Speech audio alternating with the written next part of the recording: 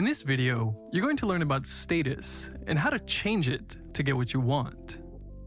In the movie The Godfather, this undertaker visits Don Corleone to offer him money for revenge on the man who beat up his daughter.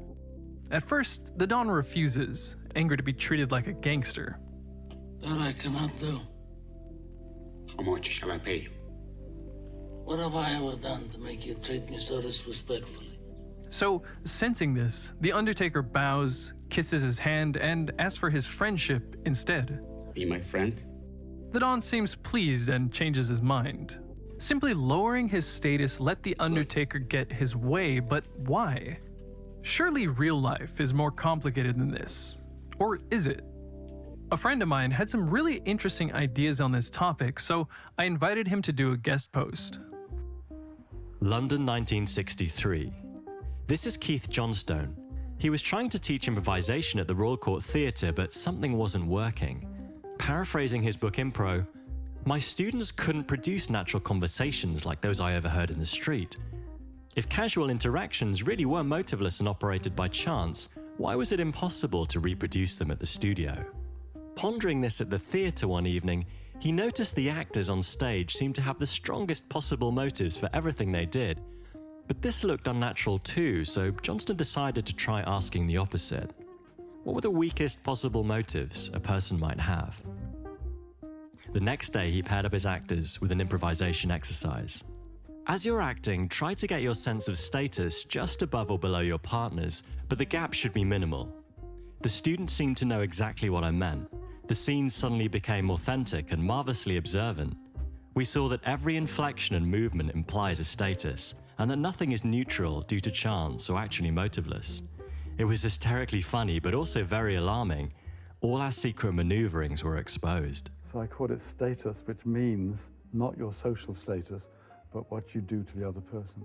And by accident, I found that you could teach it to people, trying to be slightly higher or lower than the other person.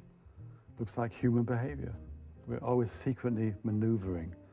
The voice in the head is all about other people's opinion of you and how can you get more credit for something? How can you make people like you?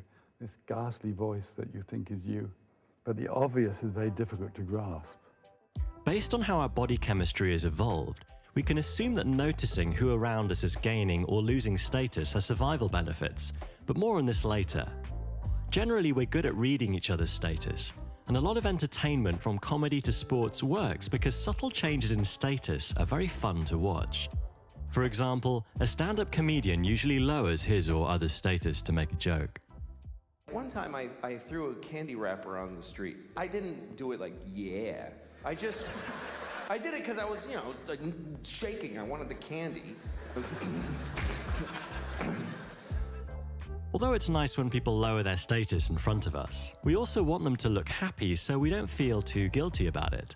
Maybe this is why at my job in food service, I was trained to smile especially politely to the most unreasonable customers. 16 just plain patties by themselves? It's awkward to be around someone who seems deluded or just can't adjust their status to the occasion. The Office turned this into comedy, David Brent believing being the boss gives him high status. But what he doesn't realize is that being a buffoon is a much bigger part of the overall equation. If people are in positions of authority, it's cathartic to see them made fun of. But if we think they're low status, we call it bullying. No one would assume they're the type of person who would enjoy watching a teenager being murdered, but Game of Thrones was so well written that millions of people did. Hurry up, this pie is dry. Johnston writes, "We experience a tremendous build-up and finally a release of tension whenever we see a high-status character ousted from the group. Everyone watching feels pleasure because they're moving up a step.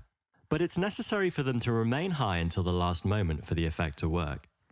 In Season 8, Episode 18 of The Simpsons, the new police chief, the annoying and bossy Rex Banner, ousts Chief Wiggum to enforce an unpopular alcohol ban in Springfield.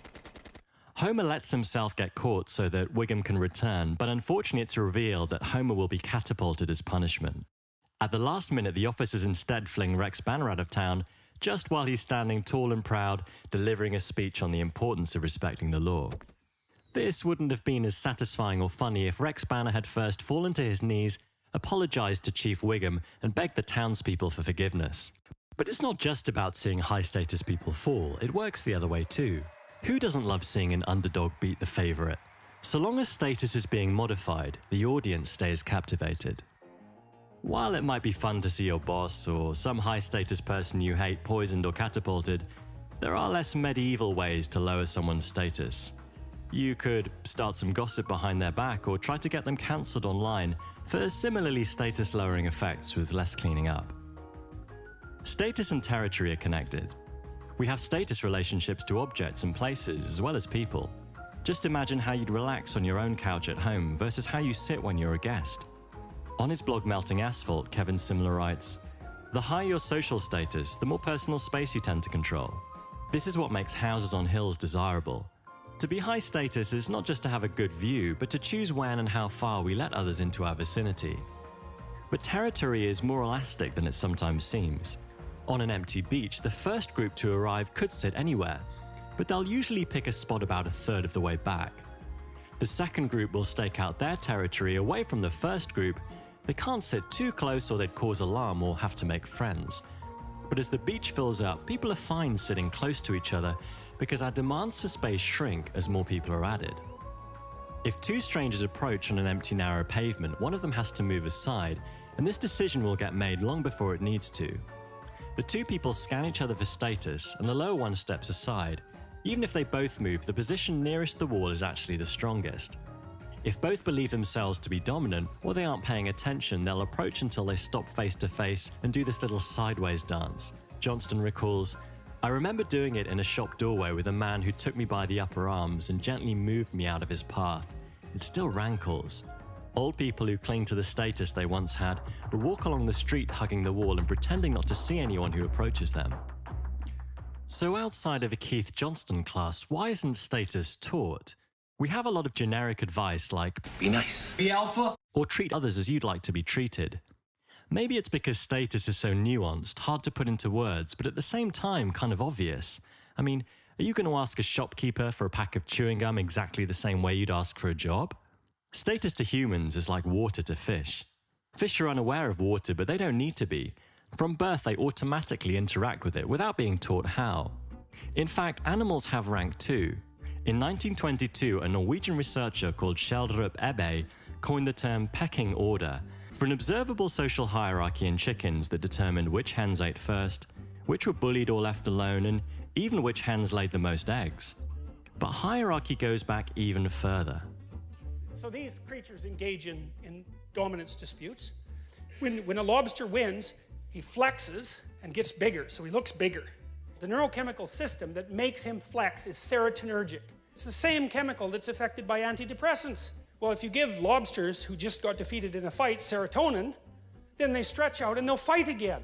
Like, we separated from those creatures on the evolutionary timescale somewhere between 350 and 600 million years ago, and the damn neurochemistry is the same. So our genetic sensitivity to hierarchy is much older than speech or even thinking anything like we do now. In fact, Johnston found if his actors removed language altogether, their scenes were just as easy to follow and often even funnier than those in English. I think most people would assume status and power are the same thing, but are they? The dictionary defines power as possession of control, authority, or influence over others, and status as position or rank in relation to others, or relative rank in a hierarchy of prestige. So those who have power usually also have status and vice versa. Therefore, it's not surprising the meanings get confused. We're often told to blame power and its influence for a whole host of social ills, but what if this were wrong and it was the lust for status, not power, that drives and potentially corrupts ordinary people? Take me, for example. It's unlikely I'll gain any power from making this video. At least if that were my goal, there would certainly be more efficient ways to go about it. But that's okay, because I'm aiming for something more seductive, a feeling of being recognized as smart or insightful, even more worthy of love than Tony across the street who hasn't made a cool YouTube video. Alain de Botton describes this in his documentary Status Anxiety. You could say that there are two kinds of love that we search for throughout our lives: romantic love and love from the world. Romantic love is familiar enough, but our search for love from the world is no less intense. Our search for status is linked to something that is as essential to us as light, heat, food, and water. So despite the overlap between status and power, I think there are 5 differences. Power is linear. It shows up as consistent and predictable hierarchies. For example, whether deployed overseas or at home, the chain of command in the military stays the same. However, you could be low rank and therefore low power in the military, but dramatically boost your status by heroically shielding your fellow soldiers from a grenade blast. You can't boss anyone around, but you do have a ton of respect. Power is objective. For it to function, everyone needs to agree who's on top. Status is subjective and changes depending on the era and what the community values. Here's Alain de Botton again. In ancient Sparta, to have high status, you needed to be warlike, aggressive, bisexual, and good at spearing enemies. In 18th century Britain, you needed landed wealth, horses, a languid elegance, and a polished after-dinner dancing technique. There seem to be so many contradictory paths to acquiring status. From influencer to digital minimalist, underdog or favorite, even rich or poor, it all depends on whose company we keep, or perhaps aspire to keep. Power tends to move gradually, like an election cycle, whereas status can jump at the speed of a well-pointed remark.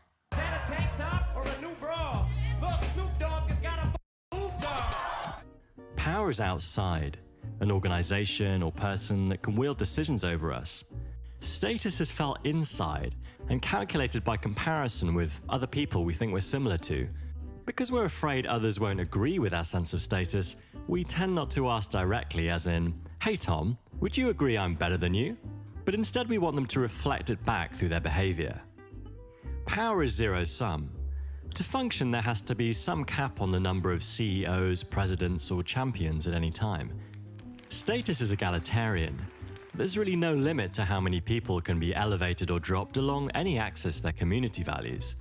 In his book This Is Marketing, Seth Godin states, "Status roles are hidden everywhere that more than one person is present.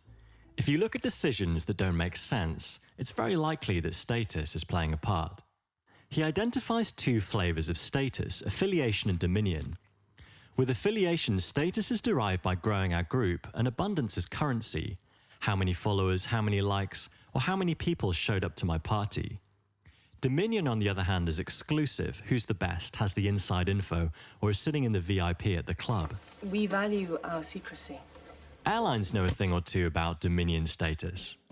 In his book The Undercover Economist, Tim Hartford explains that free airport lounges are made uncomfortable not because soft chairs and lighting are expensive, but so that airlines can more easily sell upgrades to their executive lounges by leveraging people's desire to have exclusive access to slightly better experiences. Some airlines will physically restrain coach passengers from stepping off the plane before first and business class. What they understand is that traveling in luxury is no fun unless you get to see other people who want to but can't. I've noticed 2 common icebreaker questions are, what do you do and where do you live? Besides starting a conversation, these questions help release the tension of interacting with a stranger without ballparking their status first. To be blunt, what we really want to know is, how should I treat you? Who's higher here? Status is conversational dark matter, hard to see but holds everything together. So if you want to mess with people at high society cocktail parties, tell them you work as a vermin exterminator. So the obvious question is, how do I raise my status? Given that high-status humans release more serotonin and live longer, and the children of high-status mothers are more likely to survive, everyone from body language experts, social scientists, pickup artists, and even Jordan Peterson in his book 12 Rules for Life teach high-status postures as correct. But there's something important to consider first. Is it really as simple as Stand up straight with your shoulders back. Why would we have evolved to be so good at lowering our status if there wasn't an advantage to it? Being low status sometimes isn't bad. The status relationship between a student and a teacher favors the teacher, but hopefully benefits the student even more. Low status behavior is necessary to convey sincerity and remorse when we're apologizing. Fine, I'm sorry. The lower we are, the more people will turn a blind eye to us or forgive our transgressions. Whereas the higher we are, the more people secretly enjoy seeing us punished or embarrassed when we've done something wrong. As you raise in status, you open yourself up to threats. In Impro, there's a story about 2 journalists who were captured by Congolese soldiers. After shooting the first one, the second burst into tears, so the kidnappers laughed and let him go. It was more satisfying for them to see their enemy cry than it was to kill him. This submissive behavior is called non-defense. You can also see it in a wolf who exposes his neck and his underbelly to a dominant wolf as a way of ending a losing fight. The top wolf may want to bite but can't. In fact, body language is so important. In one of Johnston's improvisation workshops, a student was asked to start the scene while touching her face all the time and then gradually stop. Her partner recalls, "I couldn't define her movements, and yet for some reason my attitude changed towards her. When she touched her face, I tried to be more helpful, reassuring, whereas when she stopped, I felt more distant, businesslike, and even challenged." I haven't touched my face in weeks. So status isn't something we have, it's something we're doing moment to moment in collaboration with who we're talking to. And doing low status can invoke care and mercy in others, which is not only good for learning, it can even keep us alive to fight another day. Johnston speculates, people have a preferred status that they like to be, high or low, and they try to maneuver themselves into these positions. A person who plays high status is saying, "Don't come near me, I bite." Someone who plays low status is saying, "Don't bite me, I'm not worth the trouble." In either case, you'll become increasingly conditioned to play the one you found an effective defense. But there's also a third option. We can prevent others from using status assumptions against us altogether by sending mixed signals. In his blog Ribbon Farm, Venkatesh Rao calls this status illegibility. Think of it as communicating, "I may be lower than you, or I may be much higher, so be careful." Imagine someone who steps out of a Lamborghini in beat-up sneakers and a cheap t-shirt. This confuses people, forcing them to treat you as an individual instead of just making assumptions about your status on autopilot. In fact, a study by Lauren A. Rivera on who bouncers chose to let into exclusive nightclubs found that it was these guests with the most ambiguous status who actually had the best chances of getting in. So now let's look at 7 ways you can change your status up or down. Firstly, you have to know what the people around you measure, Seth Godin advises. It would be a waste of time for Dan Bilzerian to move to a monastic community that values poverty and celibacy. But it does mean you have to be part of a community to begin with, and if your community is 1 billion Instagram users, then whatever makes you valuable will always be under fierce competition for attention. Instead, deriving our status from a smaller community centered around, say, a hobby, a faith, or your neighborhood, at least gives you a chance to be compared with a reasonably sized, stable group who will also be more likely to appreciate qualities like patience, dependability, or loyalty that often come out gradually and in more analog ways. We touched on body language already, but now let's go deeper with social scientist Amy Cuddy. So we bring people into a lab. These people adopted for 2 minutes either high power poses or low power poses. So here's one, and here are the low power poses. So you're folding up, you're making yourself small. They go through a very stressful job interview. We then have these coders, they end up looking at these sets of tapes and they say, "Oh, we want to hire these people, all the high power posers. We don't want to hire these people." Here's what we find on testosterone. High power people experience about a 20% increase, and low power people experience about a 10% decrease. Here's what you get on cortisol. High power people experience about a 25% decrease, and the low power people experience about a 15% increase. What do you do before you go into a job interview? Really what you should be doing is this, like in the bathroom. So what we do with our body changes our life as much, if not more so, than visualization or self-talk.